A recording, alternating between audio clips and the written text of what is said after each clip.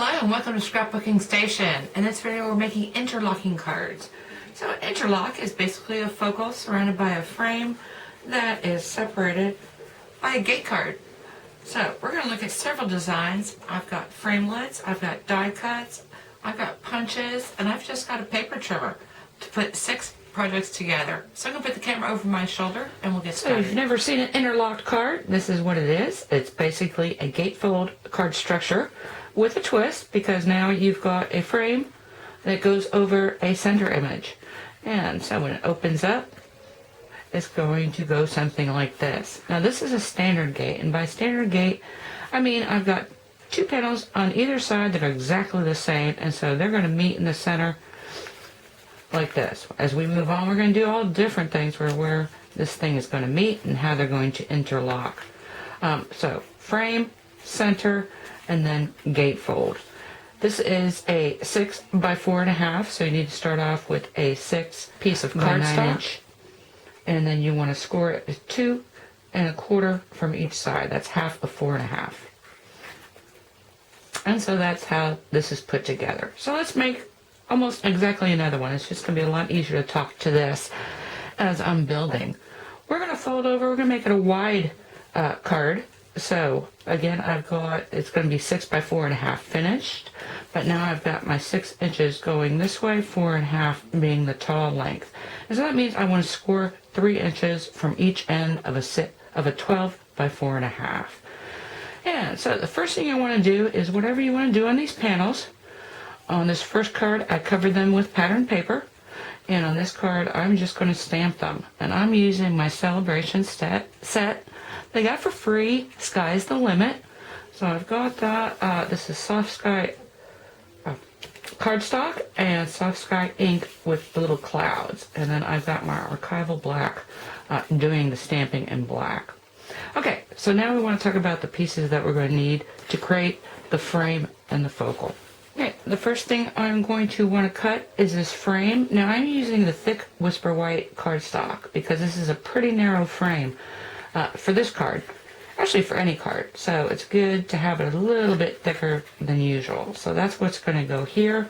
When I bring it through my big shot, I drew the center point, and so all I need to do is kind of match up these arrows and just make sure they're equal distance. Now I'm going to do that so that I can be right on top of it when I bring it through my big shot.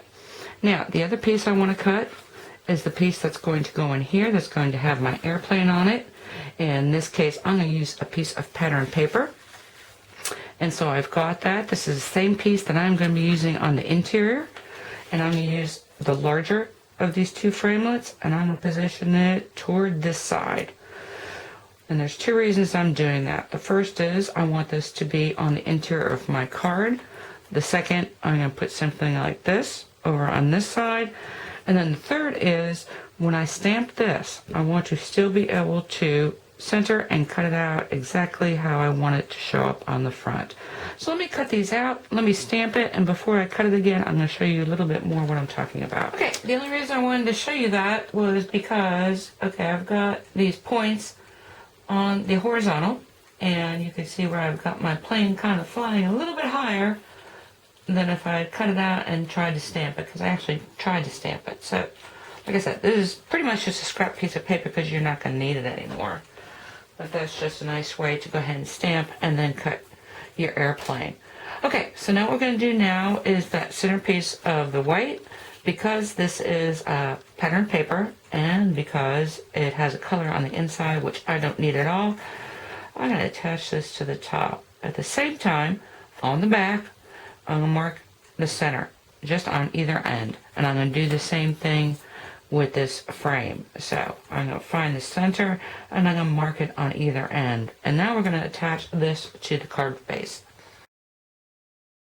Okay, so now you've got all the pieces put together. You kind of want to eyeball where it is you want the center focal and frame. So kind of take a look at it. I know I wanted about 1/2 inch up from the bottom. So now I want to open this up because I'm going to attach the frame to this side. So let's open it up flat.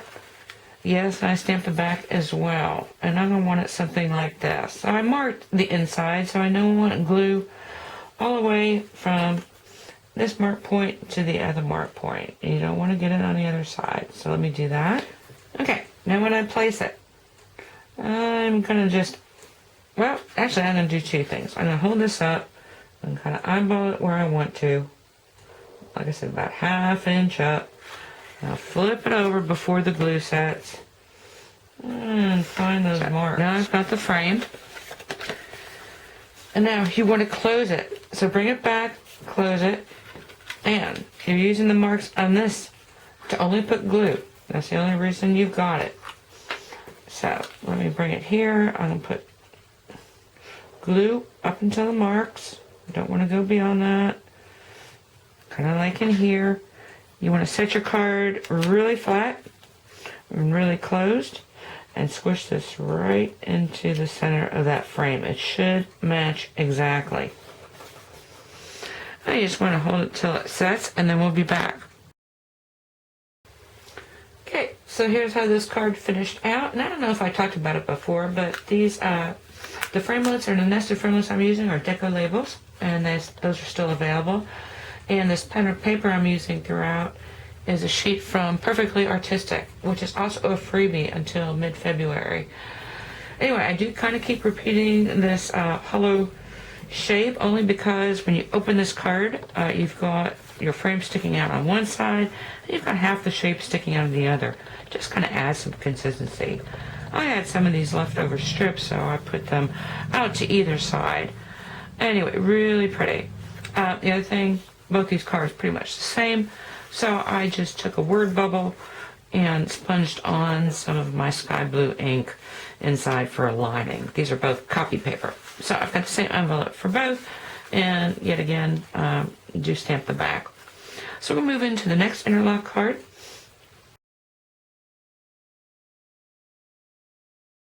Okay, this third sample has a little more going for it. So basically, it is still a standard gatefold to begin with. This time I'm switching to a Windows frames collection from Stampin' Up! For my nested framelits, and I'm going to do some stamping. And for that I have botanical frames, and this is from hot off the press. Really pretty stamps. And I'm using for my pattern papers the Red Velvet Artful Card Kit. So plenty of patterns to choose from, and I almost got a little bit too busy with that. So again, all kind of the same thing, except before putting on the frame and the focal, in this case, what I wanted to do, because I could, these nested framelits, the window frames, come very large, and so before, again, I position this and the interior focal, I took it, had my base card folded, had the panels already on there, and just rolled it through till about this point, because you don't want to cut the bottom half of your card. Oh, that would make a really pretty shaped card as well. The other thing, before I attach the frame, I've got this ribbon, and so I actually punched some holes. Let me open this up. And so I wanted to add that ribbon before attaching the frame to the base card. So now let me close it back up so we can see the reveal. So that opens like so. And then I've got my Happy Easter. And so this is just 3 framelits, and I've only stamped some more at the bottom because I could. Anyway, between cutting out the pattern papers and backing them, because pattern paper isn't really stiff enough, so I backed, in this case, with a vanilla, and then a vanilla and a chocolate, because I wanted this one a little bit stiffer. It was a little bit wimpy. This is just heat embossed with Early Espresso, and then colored in with coordinating colors using my Stampin' Right markers and or my blender pen and some ink.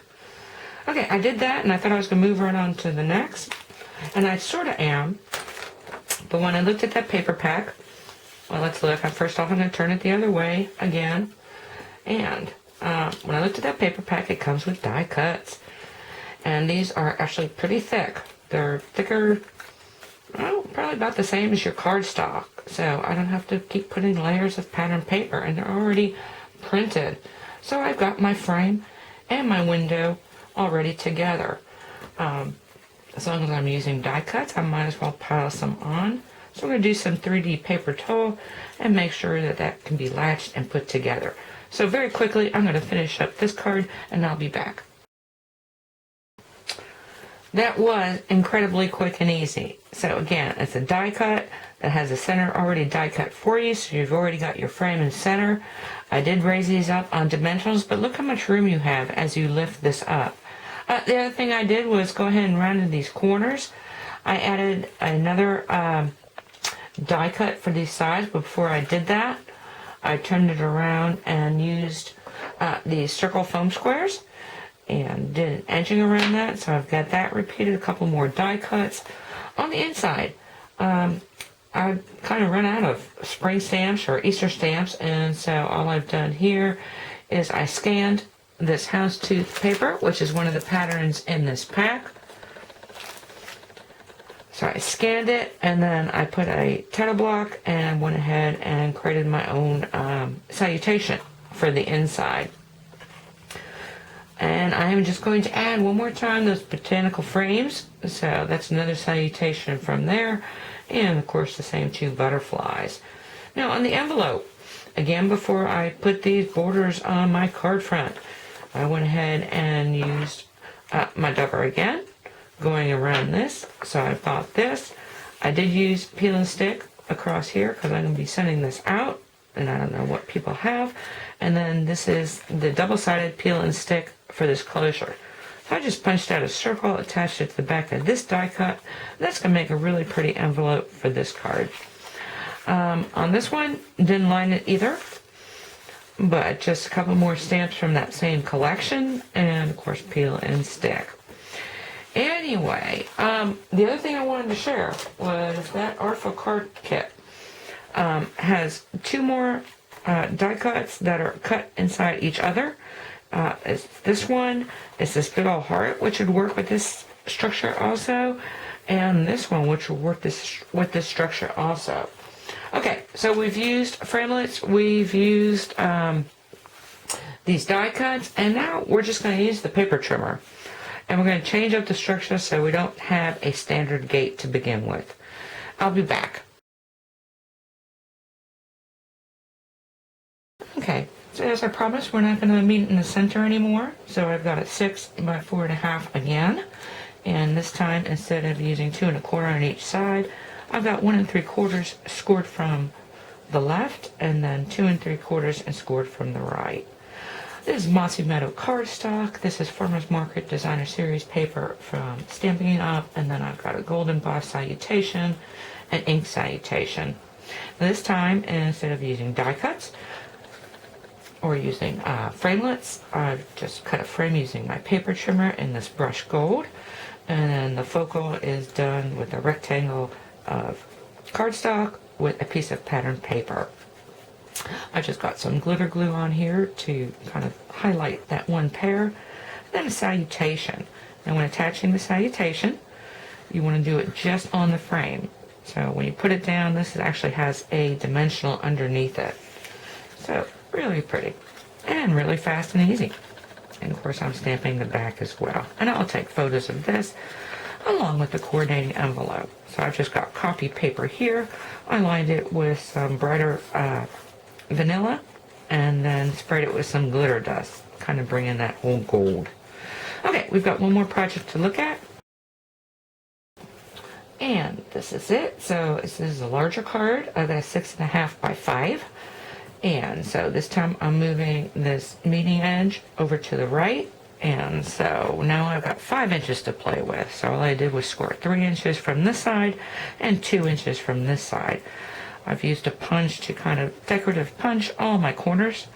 And this time I've got a square frame with a circle focal. And so I used my black cardstock, put a piece of patterned paper, and then punched out the hole.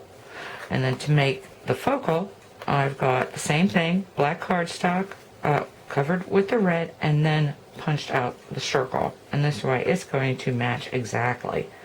This time, before attaching the frame to the base, I've got a